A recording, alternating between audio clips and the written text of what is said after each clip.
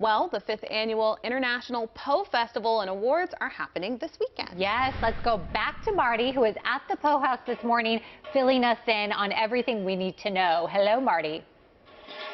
Well, hello, everyone. Good morning, and again, how are you? Hopefully well. If you hear a lot of noise in the background, it's because a village of tents is now being set up across the street from us here, 203 North Amity Street, for the Poe Fest this weekend. And by the way, Chris, Enrica, Mike, Marty, we're now been joined by Virginia Poe, Edgar Allan Poe's lovely lady wife. Nate Clem.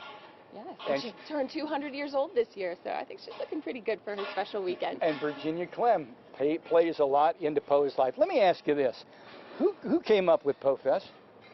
Poe Baltimore, the nonprofit organization that stewards the Edgar Allan Poe House. We saw lots of people coming from all over the world to celebrate Poe, and we wanted to give them a premiere event. When we pulled up, there was a guy who had Kentucky license plates on his car, and he had parked here, and he was out taking pictures. I mean, folks come internationally and domestically to this event. How long does it take to set this up? A long time, a whole year. I mean, to get everything right. And working. I mean, I've been working on her for the last several months, getting her put together.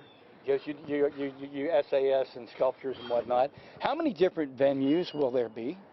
Well, the main event is right here with the tents in the Poe House, but we're also going to be doing bus tours around the city, pointing out some of the significant spots that Poe would have visited while he was here in Baltimore, and where he is laid to rest today over at Westminster Cemetery.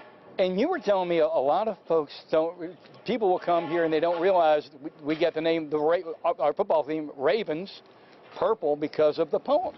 The only NFL team named after a poem. And the purple comes into play because it's the Ravens. And see, you don't even know. No, I do not, actually. It's in the poem. The purple curtain.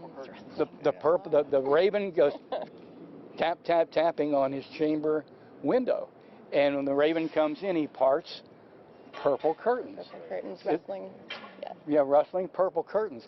So there's a whole lot of literature, there's a whole lot of history, and there's a whole lot that goes into an identity that Baltimore's gotten very close to.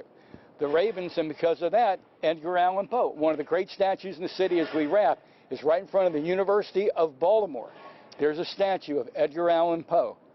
And it's really cool. And we see that on the bus tour as well. Well, and there you go. All right, we'll have more from the Poe House, more Edgar Allan Poe, more Purple Friday stuff next half hour. Back to you.